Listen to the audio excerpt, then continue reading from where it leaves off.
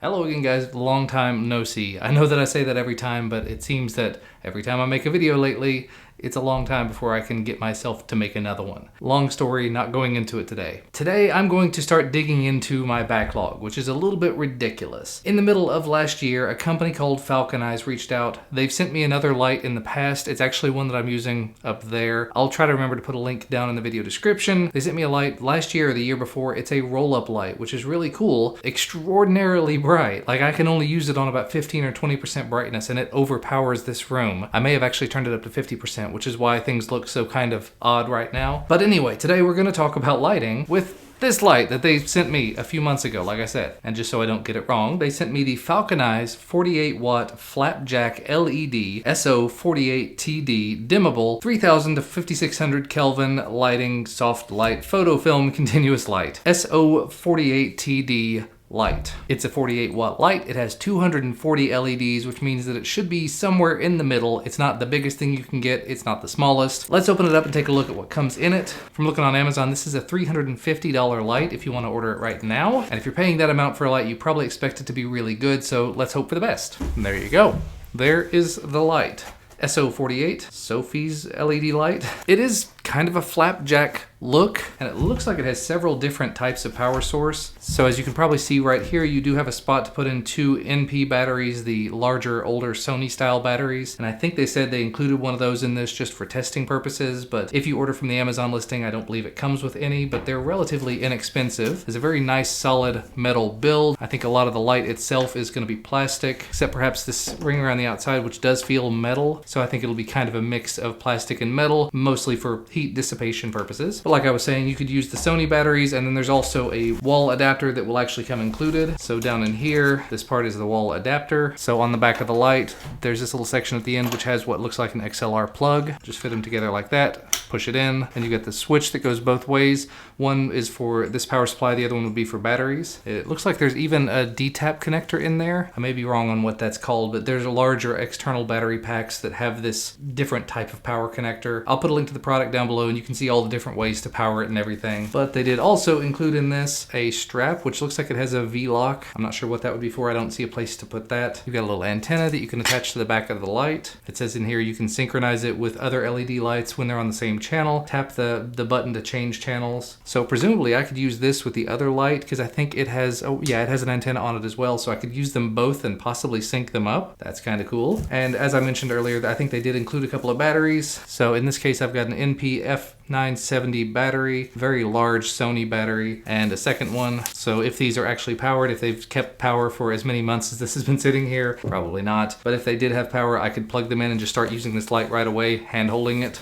Oh, and they included a couple of little chargers for the 970 batteries. I have probably a half dozen of these at this point because I've bought several of these batteries, smaller versions of this, over the years. Let's just see. I'm really curious. Is this going to work? The light came on. It does have a very flat surface. It doesn't look like you're gonna need to have any kind of a cover for it. I don't see any individual LEDs showing through. And then on the back, if you can see it there, try to get a better look from the overhead, you've got all the controls right here and even a battery level meter right there. So it's at 8% right now. And so if I hit the up button, we're at 24%. You can see in the other camera, it's getting real bright. We're now at 60% and my hand, wow, that's getting very, very bright. Take it all the way up to 100. The good thing is, because this is an LED light, it's not getting any hotter. I'm not feeling anything yet. It's only been a couple of seconds, so I wouldn't expect to. But I just took the power supply off there, and as of now, I am completely wireless on this thing. Could use it as a little light hat if I really wanted to. But it's at 100% brightness, and as you can probably see, turn it around, it's gonna fill. It's not gonna fill the room with light, but for a key light, if you wanted to put it close enough to your subject, that's an awful lot of light. And this is a dual color light, so right now you might be able to see it here. It's 5600 Kelvin.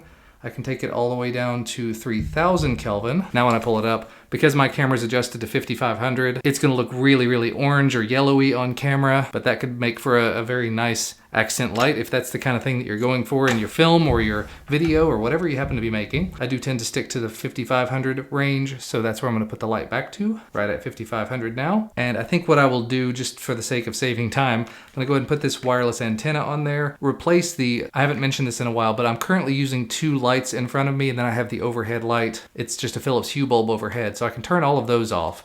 That's the lights that are surrounding me. So I basically just got these 2 lights overhead. One is a small LED panel. I think it may actually have 240 LEDs in it. The other one is the FalconEyes roll-up light that I think has even more than that in it. So I'm gonna swap one of these out and see if I can have both FalconEyes lights, and we'll do some testing with that. Be right back. And we're back. I've only made one real change at this point.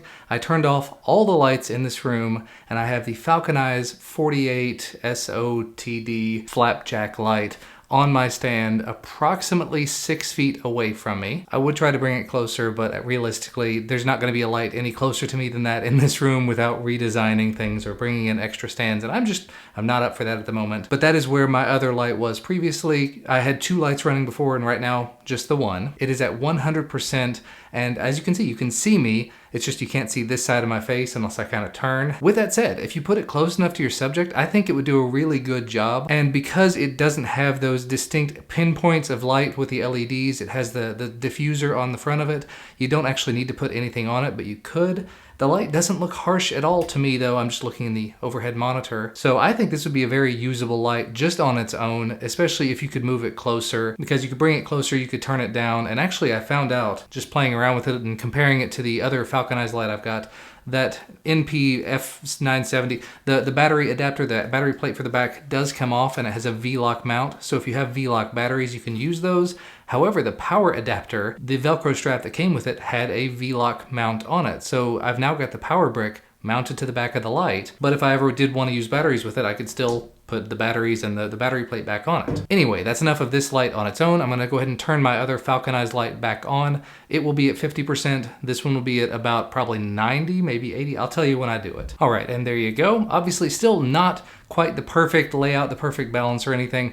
Both the lights are very, very bright, and I don't have any other lights in this room on. I'm gonna preface all of this, I'm gonna post-fiss all of this by saying I'm not a lighting engineer, I'm not a cinematographer, I'm just a guy who makes YouTube videos in his basement. But compared to the light I was using before, this looks very similar. The colors are now matched appropriately. They were pretty close before, but now they're coming from the same company. They should be matched just right. So I'm very pleased with this at this point. It's a $350 light, so if you're in the market for a light, you want something small enough, compact enough that you could technically put it in a suitcase or something that comes with a case like this to carry it around in, because it does have a very nice case. It's not solid or anything, and foam does come out. Still, I think it's a very impressive, very well-built light, and I definitely prefer the look of it. Just looking at one light versus the other from my side of it, I prefer the new flapjack light. I would love to have 2 of those because of the look and not having the points of light staring back at me, but one solid sheet of light coming at me. I do have some other lighting things I need to make videos about moving forward. There's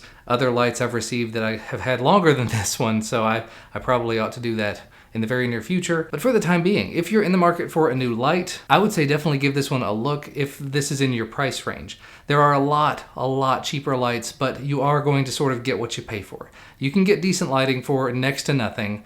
You can get better lighting by paying more money. That's just kind of the way it works with lighting, with cameras, with microphones. The more you pay for it, a lot of times it does pay off. It's not always going to. It's definitely not always going to be like a $10,000 light. It's going to be that much better than a $500 light or a $50 light. But in this case, you're getting a very nice light with a lot of power options that does put out a lot of light. I mean, no other lights in this room, no windows, just the FalconEyes Light 1 and FalconEyes Light 2, the 48 new one, and I'm completely covered in light. And if I wanted to, I could actually adjust the camera to make things look brighter in here. I'm rambling at this point. If you want to check it out, links down in the video description. Thanks to all of you guys that have stuck around. To anybody who found this video from search, welcome. Thank you for coming to the channel. If you have not already, if you like the kind of videos that I'm making here, check out a few other ones. I've got loads and loads of videos, and if you like it, subscribe to the channel. I would definitely appreciate it. But that's going to wrap this video up for today. So thanks so much to FalconEyes for sending this light out for me to take a look at and to integrate into my setup here at home. Thanks to you guys for watching, and I'll see you again next time.